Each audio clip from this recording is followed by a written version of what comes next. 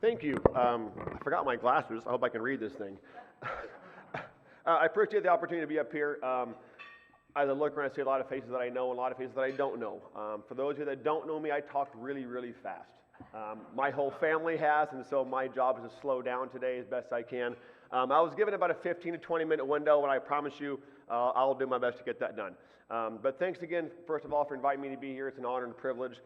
Thank you for continuing to support Scouting and the Blue Mountain Council in this district. It's a great thing for these young men and young women in their lives.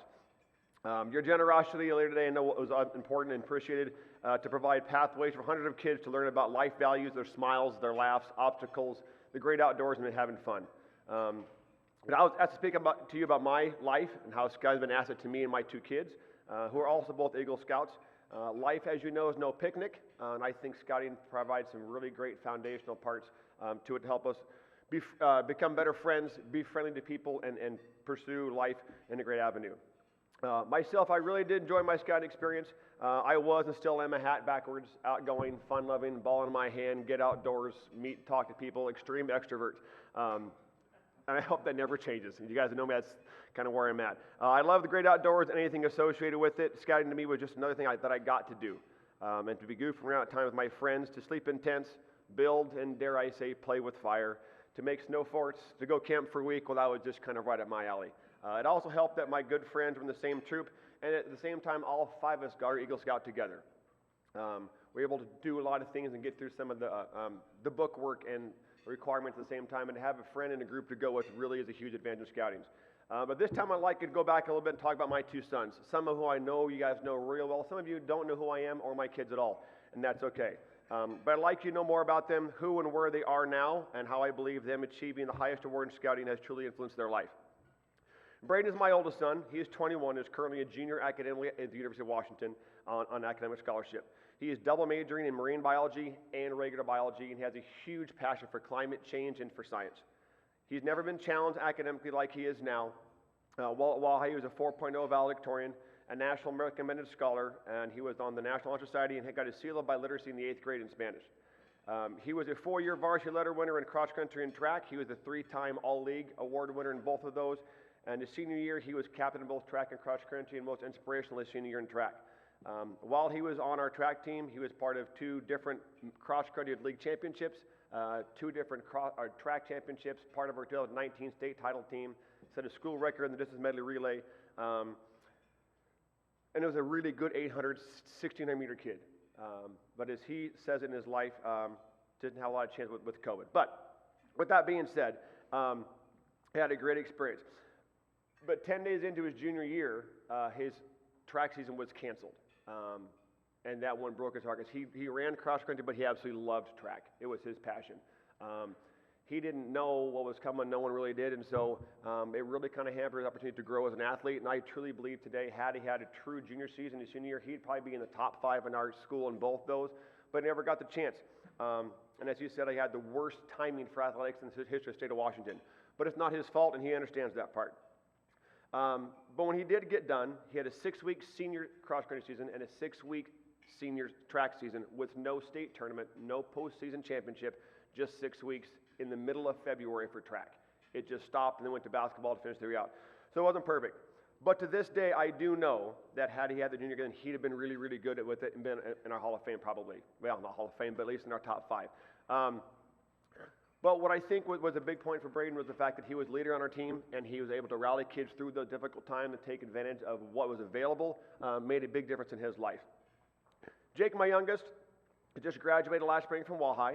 He's now attending the University of Idaho on a track and field scholarship. He was not a valedictorian, but he's a 3.8 student as well. He was also in the National Honor Society, and he too got his seal of biliteracy in Spanish in the 8th grade. He had a different path than Braden. Jake ran cross country for 2 years after playing football in middle school. And then he also, like his brother, played basketball through middle school, decided to swim his freshman year. Neither of those were his gig, and he politely bowed out of those 2 things, which was fine. But he did enjoy and love track. And it's kind of funny how the COVID era really hurt and hampered some kids' athletic experiences. In some ways, it was, I think, just what Jake needed. He did not have a freshman year. He had a 6-week sophomore season, and during this time, he grew 8 inches. He went from 5'6" to 6'2". His poor body literally hurt for about 9 months. He only ran in 4 of the 6 meets because of the pain that season. And during his junior year, he became pretty serious, ended up qualifying the state meet when he dove across the finish line in the long hurdles to get there by 400ths of a second. An hour before that, he was fourth, and at this year, only 3 people got to go to the state meet automatically. So a little devastation, but again, the ability to come back and persevere was really, really huge for him.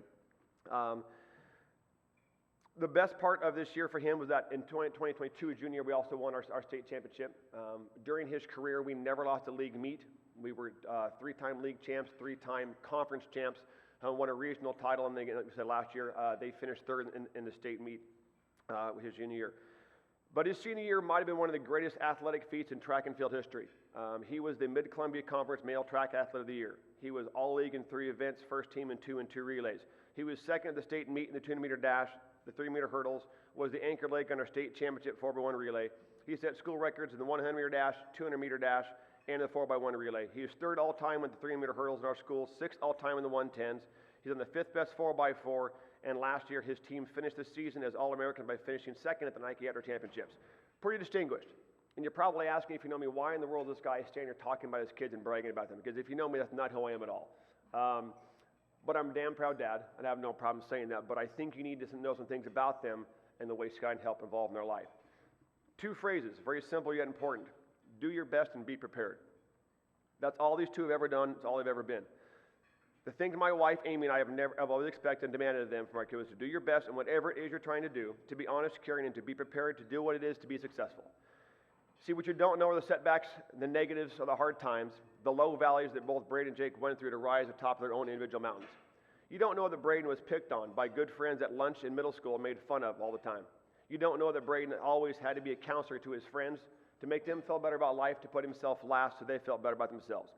You didn't see Braden running by himself for 2 years in the cold because he wanted to break a school record in the 800-meter run, only not knowing he'd get 6 meets his last 2 years rather than the possible 24. You didn't see him tutoring fellow classmates on FaceTime while Dad's getting mad because Braden, get off your phone. But FaceTime was a great tool in the COVID era. When he's helping discuss AP Calculus, AP Physics, AP Language with his classmates. You didn't know he had to have a 4.0 to get to his dream school at Stanford. You don't know the hours and hours he put in. As parents, you obviously do. But his goal was Stanford. You didn't know he was waitlisted at Stanford, which means he's put on the top 5% that didn't get in, that their board of admissions were going to look at for the second round to get through until they opened the portal with COVID and 30,000 applicants came in and Braden did not get in. You probably aren't aware that Braden got admitted into Stanford, into UCLA in their college science college, but he had been in debt $250 million in undergrad school, and he couldn't go. So he settled on the University of Washington. Go Dogs, by the way. If you're a Kook fan, I'm sorry, but I'm not. I'm a fan, and I've got a dog. Life is good. So he went to University of Washington, which was he called his fallback school, and is an unbelievable academic institution, and I'm so proud of him.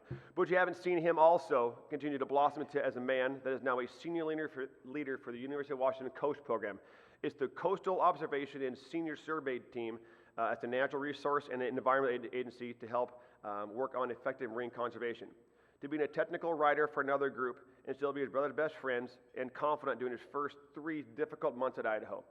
Yet still be on the dean's list, talk about grad school, a possible doctorate, and we went to the zoo last weekend to go see him for Parents Weekend. The amount of information he rattled off about biology and animals and algae and plant water and how things affect things blew my mind.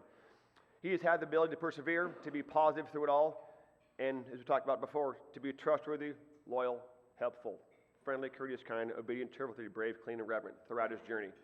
Yeah, the bedrock principles of scouting have guided his path in life. His determination, his never quit attitude. He's still writing his own story, and I do believe he's going to help change the world because of it. Jake, which you don't know after his career, that he couldn't get in the starting blocks during his sophomore season because of his pain.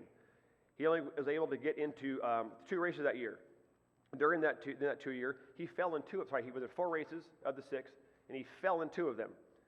His junior year, he had 2 different 2-week stints where he couldn't condition because of the growth plates and the expansion they've had, where he literally couldn't handle the jarring up and down and run on the track. You also weren't able to see the pride in his smile when he won a state title and the hug with Dad, but also the bitterness saying, Dad, I wish I had scored to help the team. Or the determination in his voice and said, Dad, I want to run track in college. What do I have to do? And he started the 3rd week after his junior season was done. The extra hours he put in the weight room, Finally, he started to believe in it, and he found an incredible trainer in Dr. Matt Barlocker who pushed him to exhaustion in the lab. You weren't privileged to see him run on the track in the snow because, Dad, there are no excuses for not getting the work done. You didn't have the opportunity to see him compete during practice and literally raise everyone's level of expectation and competitiveness because of who he was and who he became. The inspiration and belief he instilled in others. And you probably don't know that when Jake got the baton in the state 4x1 final, we were in 5th place, 7 meters behind. And when Jake ran down these 5 fastest kids in the state of Washington to lean them all and win by hundredths of a second, it was the fastest 4x1 final in the history of the state of Washington. There have been faster winners, but never a faster field. Every word applies to Jake and the law and the oath. But on my honor, I will do my best to do my duty to God and my country, to obey the Scout law, to help other people at all times. This included his duty to his teammates, to his coaches, to the staff, and to his friends, and to himself. He made himself physically stronger, he became more mentally awake, and he was and he still is mentally straight. The boys and I talk a lot about their scouting adventures and how the struggle at times was to complete the entire Eagle Scout, the project, the paperwork, the meetings, checking things off. We discussed the law and the oath and how it applied to those two things. If you put those in your life, how much more successful you could possibly be. And they both agreed. The integrity it takes to finish what you started.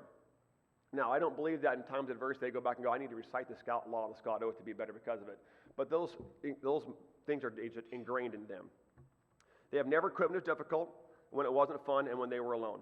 They stayed true to their morals and to whom they were and who they are today. They've developed leadership qualities and used them in different ways, and that's what's so beautiful about their lives. They created and left a positive legacy and were effective and excellent leaders by being who they were, not trying to be someone else. My path to Eagle was a little different. I enjoyed it, and yes, I did run into a lull, but I, like most kids, knew that finishing this meant something, more now than later than in life. But to be an Eagle Scout is an American Smith Special, and it's not easy. That's only 6% ever achieve it. You have to stay committed, be organized, you have to ask for help, you have to fail to succeed, and you have to work hard, and you have to follow. I think it's easy to think about doing something and say, I'll do X and I'll do Y and I'll do Z to do it, until you sit down and you look at the long road and the details and the work and the times you're alone to get things done. There are risks you have to take. You got to take a stand on what you believe with and what you will go along with. And I think this is what separates that differentiation of 6% of people in the world. I don't care what chore or assignment or work-related task it is. Myself, all I ever want to do is be a coach and a teacher. And yes, I'm kind of living my dream, and I'm very fortunate, but it's also not my fair share of trials and tribulations and obstacles to overcome. The difference, though, between my kids and myself is that my setbacks were after I got my Eagle. So I had a chance to live those moments a little better rather than living through it. I got to live because of it after it. I was in college, finally had accomplished my dream of playing football at Idaho, and I also was able to run the hurdles while I was in college there. As many positive memories as I have from football and track there, I played in exactly 11 games in 5 years. I had the dubious honor of backing up Doug Nussmeier, who was a first-team All-American for 3 years, so I was not going to necessarily come in and take Doug Nussmeier's place. He played in the NFL for 7 years and is currently the tight end coach for the Cowboys. But when Doug did graduate, I was able to step through the door and take over until the 5th game of my junior year on the 10th play back in Cheney, Eastern Washington, where I put my right foot stuck on the ground and I tore my ACL. Season's done. 3.5 years of waiting, 5 games, I'm through. Came back the next year. We were as strong as we've ever been. But in the first series, after the first series of the second half against Oregon State, tied 7-7, I was benched. And I sat there for the next 4 games just going, what have I done wrong? I'm not quite sure. But it is what it was. Until I finally had the courage to go talk to my coach, who's still a dear friend of mine today and who is now the offensive coordinator for the Seahawks, Greg Olson. And I said, Ole, we got to talk. This isn't right, and you're not helping us. And so I was very, very frank with him about where I thought things should have been differently. And they said they want to give the young guy one more chance. And so 1 week and 3 quarters later, I go in against Montana State, and I'll never forget it. And we don't win, but I provided enough spark for us to come back. And I'm not saying it's all me, but we had a really close senior class, and I think they were kind of pulling for me. But when we got in, we ended up beating the number 3, number 7, number 12, number 18 teams in 4 of the last 5 weeks of the playoffs. And back then, we weren't the FCS, we were the 1AA. We were the first team to make the playoffs with a 6-5 record in the NCAA history. In track, I decided to run one last time, and it started with the indoor season. I qualified for the indoor championships as the number 11 out of 16. Didn't have a great start after football, but I got hot. I won my preliminary heat from lane 8. I mean, I was one of the slowest guys in the heat coming in. And then for some reason, I had the race of my life, and I won the indoor title by 100th of a second. Off to outdoors where I had not been running well. I had really bad shin splints, but I ended up making the finals of the 110 hurdle race, and with my right knee on the ground in the starting blocks in lane 4, the gun went off and I had an absolutely terrible start. I was probably fourth to the third hurdle, and for whatever reason, the two guys outside of me were both Boise State Broncos, who I just despise. My life goes on today. One's the guy I beat by hundredth on the indoors, but they both hit me in the hurdles, one in the face, one in the chest, and it knocked me over hurdle 3, which I threw past hurdle 5. It was a true train wreck. And that was the last athletic event of my life. And today it just haunts me because I walked off the track so mad that I didn't get on the podium when all I had to do was just continue to hop the next 6 hurdles and place 8th and run 27 seconds, so whatever it would have been. But I will never forget being down there and doing that. And it's what haunts me to this day, because we were able to win a Big Sky title as a team, but like my son, I wasn't able to help be part of that because I got selfish for the first time in this, the first time I ever quit, and also the last, ironically. And this is where my story changes. I know that for a fact the good Lord put me on this planet to coach and lead kids. Because of my setbacks, my crashes, my train wrecks, my one quit, etc., I have a reference from which to empathize with kids from absolute rock bottom to the top of the podium. From overcoming injury and being bent to taking advantage of every opportunity that's presented to you in life. You see, I was honestly able to use and reference the Scout Law and the Scout Oath through all of my time. It helped me be a better person, to learn to follow others they knew more than me, to observe, listen, and learn with courage and humility. Now as a coach, I use it every day. Now I don't stand in front of my track kids and talk about the Scout Oath and the Scout Law. But when we talk about family and community and trust and loyalty and helping, we talk about being a better teammate than you are an athlete. It does so because of humility and reverence. The law and the oath are guiding me. And I say but our track kids understand what our program is about. One of our slogans or mottos is that we are chasing excellence and building champions. And it has everything to do with life and so little to do about track. But one controls the other. On the big blue trains we call ourselves, no one's bigger than the team.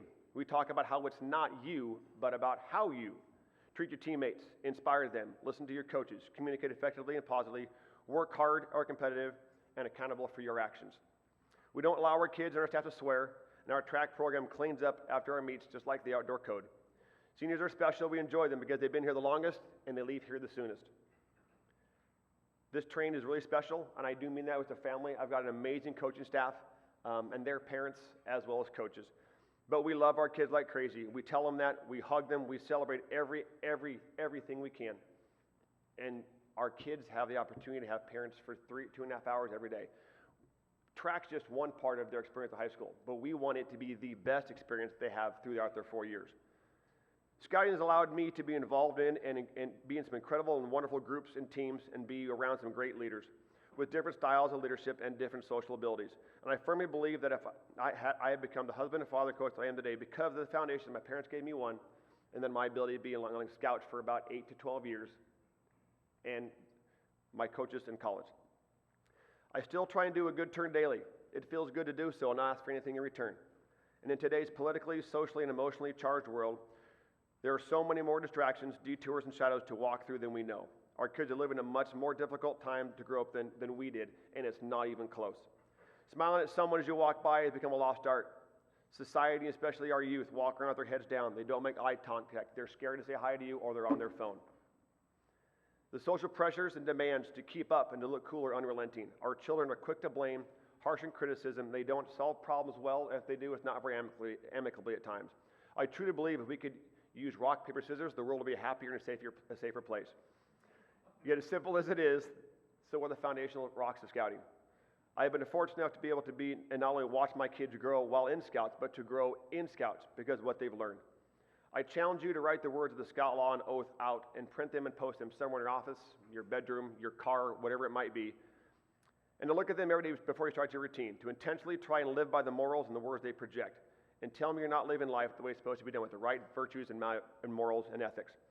The oath and law have been and will be a continued influential part of my life and the lives I'm around, whether people know it or not. So as I come to a close today, I have a challenge for you and your family, your business, your group, your company, whatever it may be. I hope it makes you think. I challenge you to be prepared, to do your best, to do a good turn daily, and to be the light in someone's life. You don't know who needs it. Because life isn't about you. It's about how you. It's about how you work with others, how you communicate with others, how you handle conflict and resolve it, how you appropriately show your care and love for others in your life in the workplace. It's how you live life with your humility. It's how you stay reverent in times of distress, and how you forgive those who have caused pain. In today's social media-centric world, everyone's trying to make a name for themselves rather than trying to help the names around them and who or is in their lives. My second challenge to you is don't judge and don't preconceive. Get to know someone that you don't know or in your workplace. Give people a second chance to succeed. Give them a chance to fail and use that as an opportunity to grow and to learn and to help rather than get rid of or fire or demean. But it takes all of us to be prepared to do what it takes to be successful. Not just one of us, but literally from the top down. Everyone has been on the same page. Your culture to show growth and morale to improve. It may be the one thing I'm most proud of in our track program, that we're all on the same page, and I mean everyone. Kids that come in, either they conform and they adjust because it's positive, or they don't fit in and they feel uncomfortable. And there's no harassment going on. But I can name 6, 7 kids like right now that were, dare I say, half punks as they came in as a senior year first to try it, and they changed drastically. And they love the program because it's amazing when you're surrounded with non-negativity and positive stuff, how your life can change and your confidence can grow. Scouting is one of the greatest team activities we have a chance to be involved in our lives. You get to introduce ourselves to as young adults, and its foundational components give us the tools we need and the opportunity to live our life to the fullest and to positively influence those around us. Thank you for your time today. I hope I was able to provide some perspective and inspiration to you and to those in your life, as well as how much scouting has given to me and allowed me to pay it forward. It's never too late to start, to do a good turn daily, to smile or say hi as you walk by someone. You don't know who needs it in their life on any given day, and you can be that light. Thank you.